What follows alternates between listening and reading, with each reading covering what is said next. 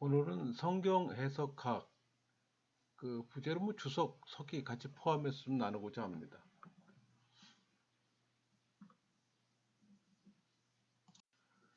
여러분, 성경 해석학은 해석의 학문이에요.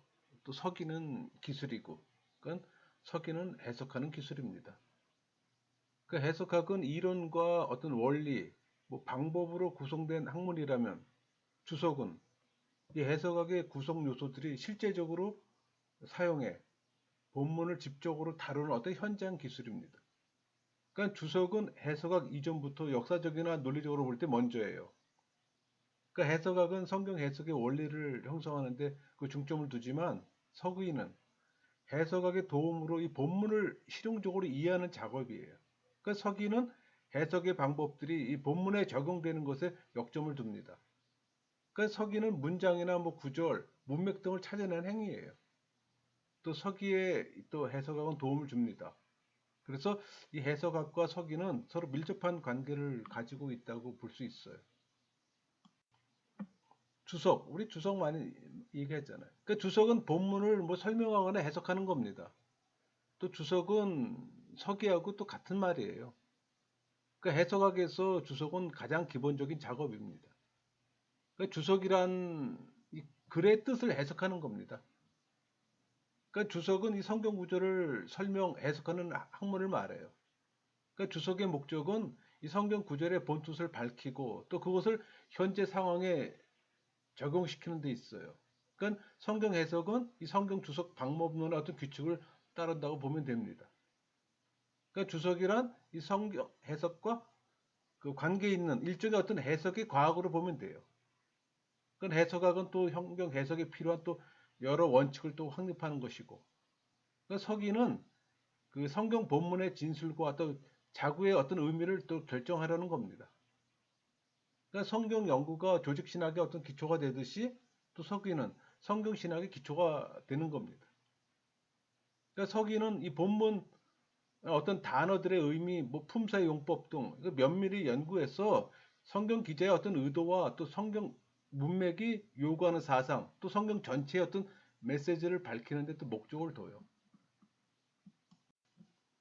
우리가 성경 해석학 연구하는 그 필요성을 말한다면 하나님 말씀을 확인하고 또 하나님 말씀의 의미를 파악하는 일입니다. 그러니까 바른 해석은 성경을 바르게 해석하지 못한 관계로 또 발생되는 문제를 또 방지할 수가 있어요. 그러니까 구약을 문자적으로 해석하고 또 적용하는 일은 또 방지해야 합니다.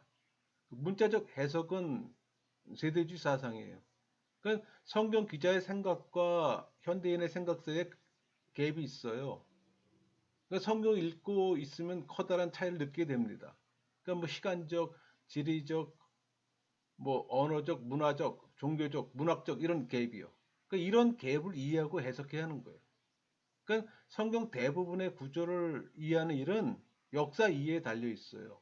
그러니까 성경 지리를 성경의 무대라고 한다면 성경 역사는 성경의 연극이에요. 여러분 성경 해석학의 핵심 포인트는 하나님 말씀을 바르게 알자는 겁니다. 그러니까 성경 기자의 어떤 생각과 현대인의 생각을 이 분리시키고 있는 이 많은 갭을 메꾸자는 겁니다. 그러니까 성경 해석의 전제는 이 성경을 하나님의 영감으로 된 책으로 받아들이고 시작해요.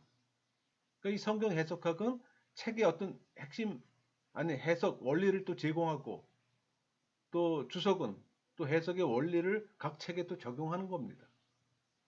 이렇게 해서 성경 신학이 나오는 거예요. 여러분 성경 해석자에도 자격이 필요해요. 일단은 회심해야 된다는 겁니다. 왜? 성경은 영적인 책이기 때문에 지식적으로만 접근할 수가 없어요. 또 하나님 말씀에 또 열정이 있어야 합니다. 왜? 열정이 깊은 연구를 또 영적 이해함을 얻어요. 또 항상 하나님을 깊이 경외하고자 하는 마음이 있어야 합니다. 왜? 하나님 말씀이기에. 또 인도하고 지도해 줄 것을 또 전적으로 하나님께 맡기는 일이에요. 그러니까 영적인 책이잖아요. 그러니까 바른 해석을 위해서는 지적 구비 요건이 있어야 하는 겁니다. 성경 해석학은 학문이고 서기는 기술이에요. 그러니까 규칙을 잘 활용해 적용해야 하며 따라서 또 지적 능력이 요청됩니다.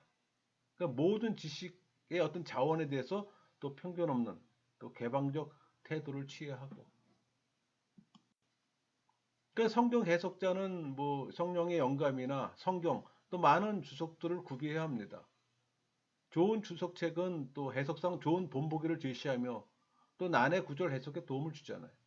그러나 조심해야 할 요소가 있어요. 주석책이 성경 공부 자체를 대신해서는 안 됩니다. 맹목적으로 주석책을 최고 권위로 또 추정해서도 안 되고, 바른 또 주석책을 사용해야 합니다. 주석책이 많아요. 그러니까 주석책이 모호할 때는 최대한 또 주의를 요하고, 이미 읽었던 주석책을 가지고 단순히 재편집한 주석책보다는 원 주석책을 사용하는 게 좋습니다. 여러분, 성경 해석하기도 많은 학파가 있어요. 그러나 뭐 현실성과 실효성 없는 학파들도 많아요. 우리 종교개혁 초기에 루터의 해석학 원리가 적용됐습니다. 그러니까 그 루터의 해석학 원리를 들여다보면은 한 5가지로 구분할 수가 있어요. 뭐 심리적 원리. 그러니까 신앙과 성명의 어떤 조명은 해석자에게 어떤 인격적, 영적 전제 조건이 되는 거예요. 그러니까 믿는 자는 또 성령의 인도하심을 또 추구해야 하며 또 그 인도하심에 또 의존해야 합니다. 권위적 원리. 성경은 신학적 문제에 있어서 최상입니다. 최종적인 권위가 있는 거예요. 그러니까 교회의 권위 위에 성경이 있는 겁니다. 또 문자적 원리. 루터는 그 우화를 배격했어요. 우화적 해석을 추잡하고 찌꺼기며 낡아빠진 넉마조곡이라고 아주 비판했습니다. 그러니까 루터는 원어의 우월성을 또 주장했습니다. 그러니까 하나님의 이 원시적 계시는 히브리어나 헬라어, 이 성경에서 되찾기 전까지는 진실로 되찾지 못한다고 또 생각했던 겁니다. 또 성경 해석의 유자격 원리. 신앙인은 성경 해석에 충분한 유자격자입니다. 그러니까 성경은 또 신앙인들에게 또 그 의미를 드러낼 만큼 그 내용에 있어서 또 충분하고 명료해요. 더 나아가 성경은 그 자체의 부족이 없는 하나의 세계로서 성경이 성경을 해석합니다. 또 기도론적 원리. 그러니까 문자적 해석이 해석의 목표는 아니에요. 모든 해석의 목표는 예수 그리스도를 발견하는 겁니다. 여러분, 종교개혁 이후 이 종교개혁자들의 정신과 규칙들이 이 개신교의 정통주의적 어떤 해석 지배 원리가 됐어요. 근데 그때 이제 경건주의 해석이란 말이 나오는데, 이 성경의 어떤 경건의 강조를 또 그 영적 생활의 어떤 발전을 목적으로 하고 또 성경을 해석하는 방법을 말하는 겁니다. 이 경건주의는 신조주의나 뭐 공산적 어떤 공상적인 어떤 그 주석에 또 반기를 드는 또 그런 반응이 일어난 겁니다. 그러니까 이 경건주의자들의 통찰력은 오늘날까지도 유지되고 있어요. 그러니까 성경의 가르침에 있어 경건하고도 또 실제적인 이 강조점은 또 절대로 필수적인 일입니다. 근데 여러분이 경건주의적 해석에 2가지 약점이 있어요. 하나는 이제 구약을 사용할 때 특히 우화의 사용에 그 경향에 빠지기 쉽다는 점입니다.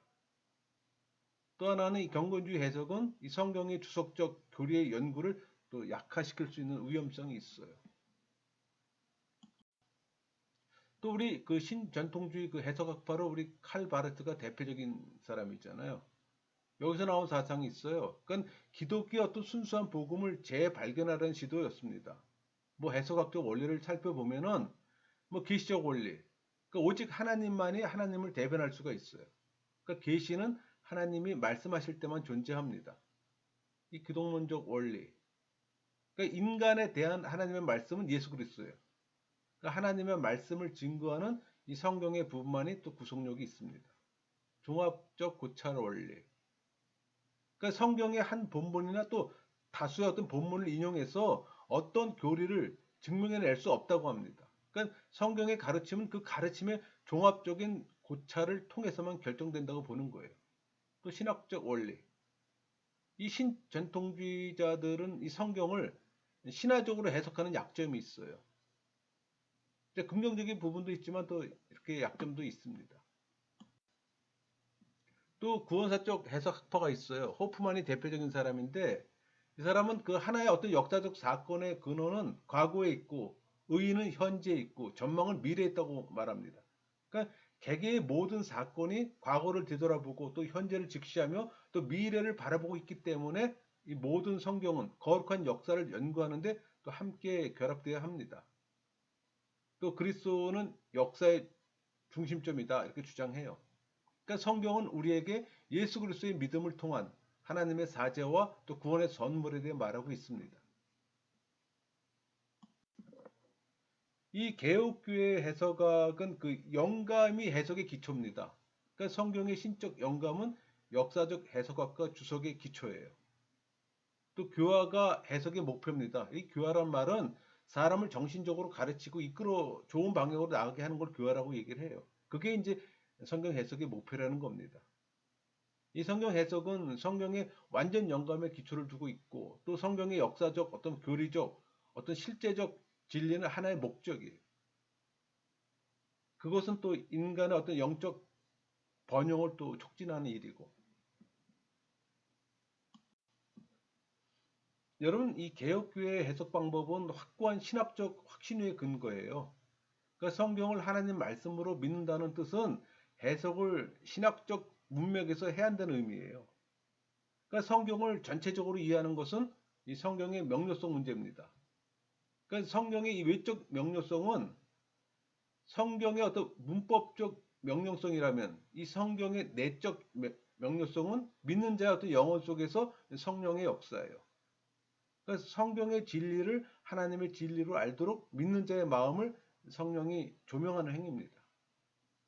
그러니까 성경은 인간이 능히 이해할 수 있도록 또 인간 지성에 조절된 또 하나님의 진리예요. 그런 조절을 통해 인간에게 또 하나님의 진리가 또 전해지며 또 의미가 있는 계시가 되는 겁니다. 중요한 게 있어요. 점진적 계시입니다. 그러니까 성경의 어떤 계시가 문학적, 어떤 종교적 영역에서 진화 과정을 말하는 게 아니에요. 이 점진적 계시가 의미하는 내용은 성경은 하나님의 나타내심이 점진적으로 이루어졌다는 사실입니다. 그러니까 구약 시대는 성부 하나님만 계시되었잖아요. 신약에 와서 삼위 하나님은 완전한 계시가 이루어졌어요. 그러나 과거나 현재나 미래나 함께 사역하셨고 함께 하시고 또 함께 하실 거라는 겁니다. 이 구약 계시는 어떤 물질적 계시로서 지성적이고 문화적인 껍질 속에 들어있는 어떤 영적 진리잖아요. 그러니까 모형과 그림자와 이 비유로 나타나는 진리인데 반해 신약은 영적 계시로 옛 언약의 형태의 실체이며 또 실질이며 성취입니다. 그래서 해석자는 신약에서 삼위 하나님의 온전한 계시를 봐야 하는 겁니다. 여러분 성경이 성경을 해석해요. 그러니까 성경의 이 불명료한 기절은 명료한 성경 기절에 맡겨야 하는 겁니다. 그러니까 종교 개혁자들은 이 성경이 성경을 해석한다는 사실을 선포했어요. 그러니까 성경 의미의 어떤 단일성을 강조합니다. 뭐 그렇다고 의미를 편협한 어떤 문자주의로 하락시키거나 어떤 예언적, 모형적 깊이를 몰라도 된다는 의미는 아니에요.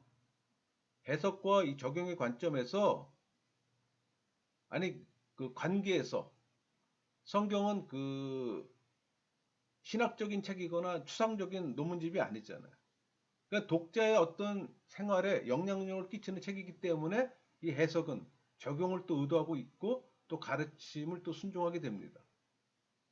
그러니까 성경 해석상의 어떤 참된 정신은 본래의 어떤 원래 의미와도 또 의도를 또 발견하는 것을 또 목표로 해요. 그러니까 성경 주석에서 가장 근본적인 것은 모든 주석이 본래의 원어에서 행해졌다는 사실입니다. 그러니까 기독교 신앙의 위대한 교리는 이 원어를 해석함으로써 책임이 있고 또 유능한 방법으로 또 설정되어질 수가 있어요. 여러분 개혁주의 해석 체계를 보면은 성경의 낱말들이란 대개 우리 생각과 기록의 단위들이잖아요. 그러니까 이 단어들은 우리들의 어떤 개념 형성의 벽돌이에요. 그러니까 성경을 제대로 공부하려면 먼저 낱말 공부부터 해야 하는 겁니다. 단어의 의미를 바르게 알아야 된다는 얘기예요. 그래서 이 낱말을 어원학적으로 연구해야 되는 거고. 그러니까 단어가 형성된 방법에 따라 또 이해되어야 한다는 의미입니다. 그러니까 단어를 비교적 분석적으로 연구해야 되는 거예요.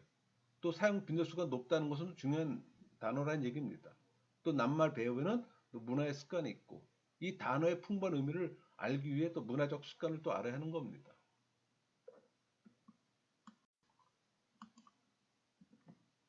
여러분 그 성경 해석과 문화의 관계가 있어요.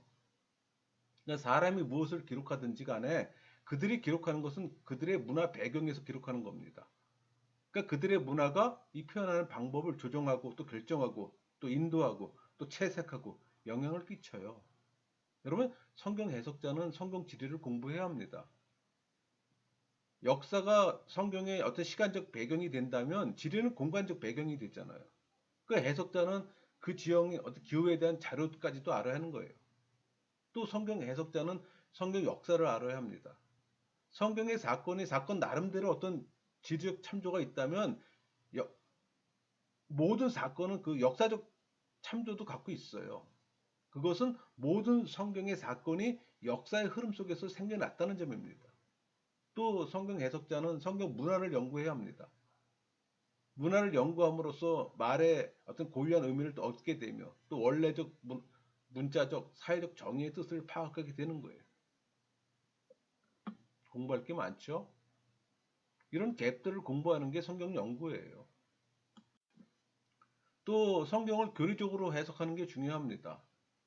성경에는 교리적 교훈으로 표시될 수 있는 하나님에 관한 지식이 있기 때문에 예수님도 자신의 사역 가운데서 교리의 교사이기도 했어요.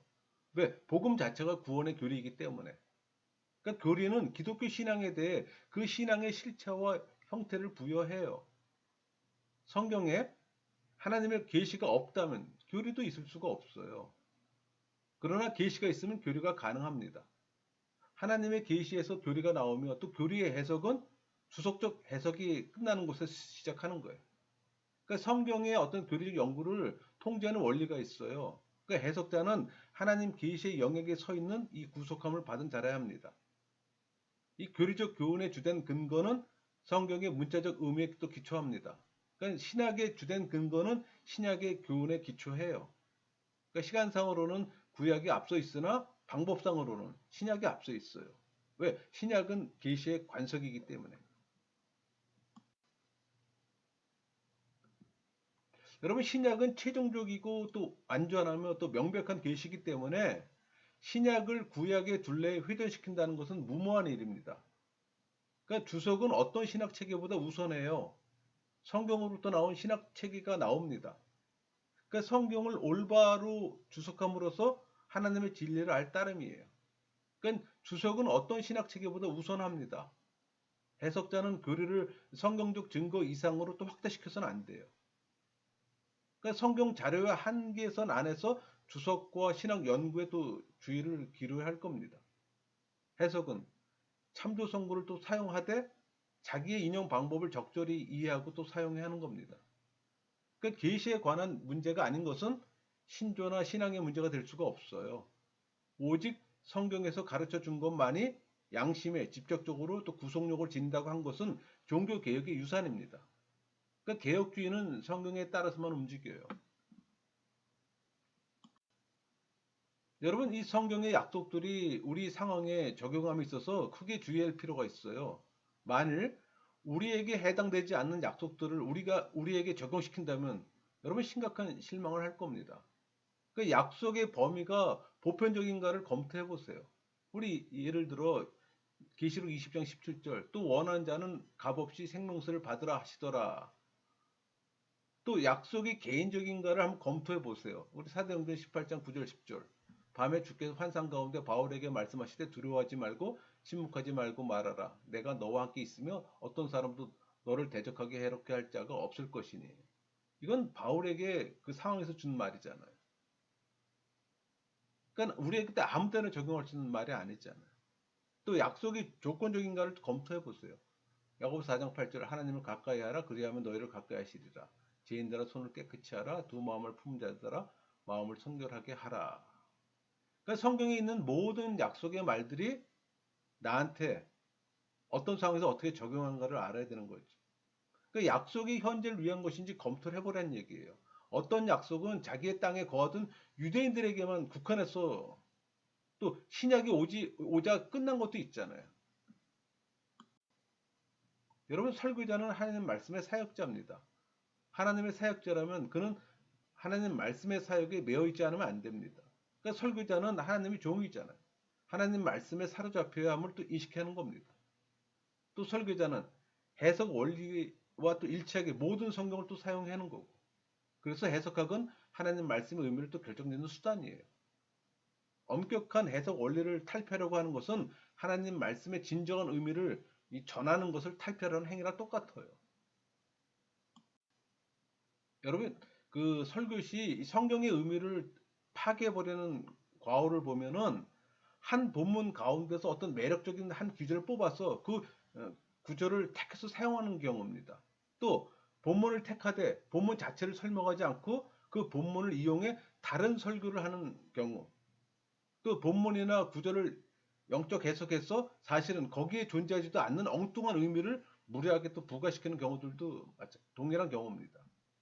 그러니까 성경 연구의 한 과제로서 예수 그리스도 예표를 찾고 복음으로 해석하는 것이 필요해요.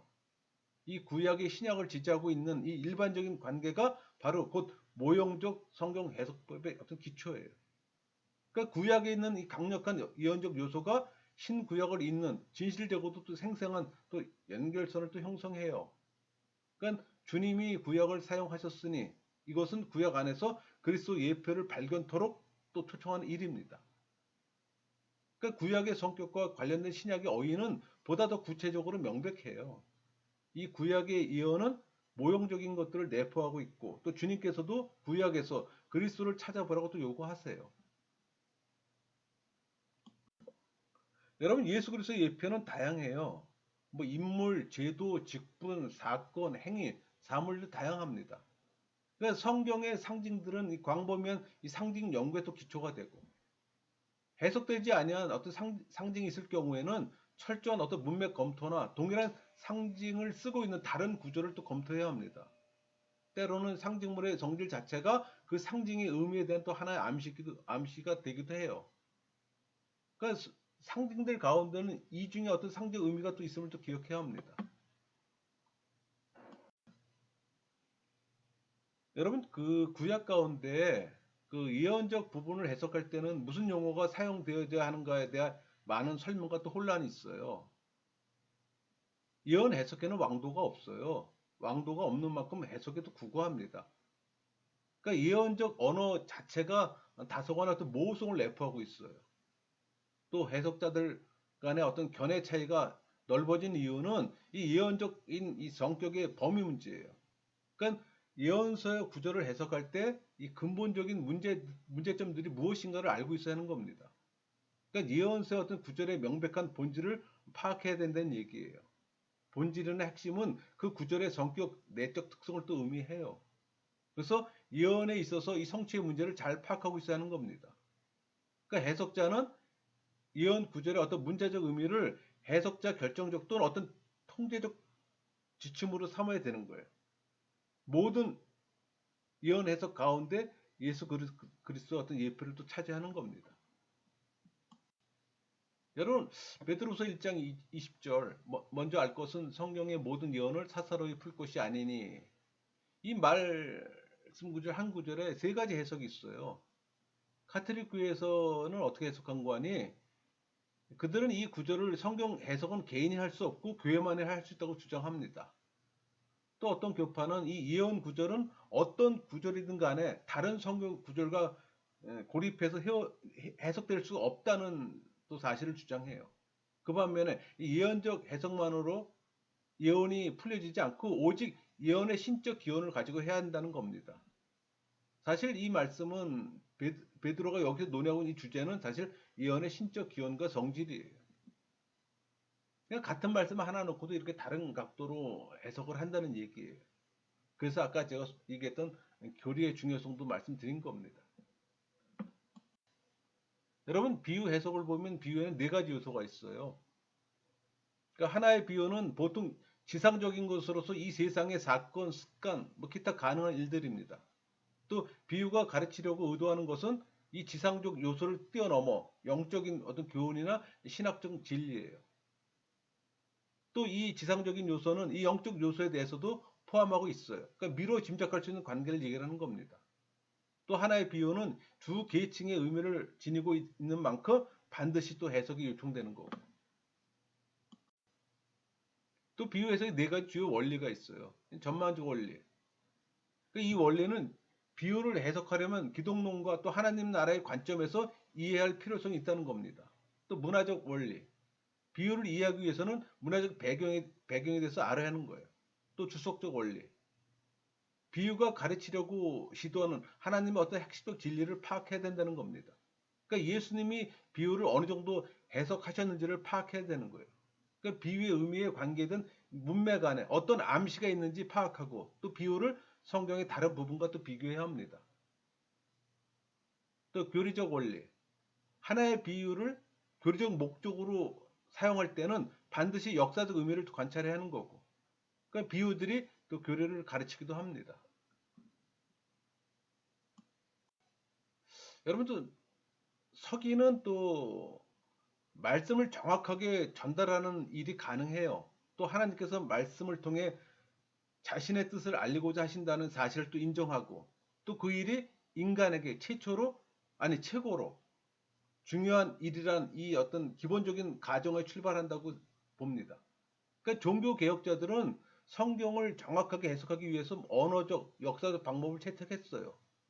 그러니까 종교 개혁자들은 그 방법을 통해 이 중세기 해석가들의 어떤 사주적 의미의 해석을 반대하고 역사적이며 문자적 의미를 또 강조했어요.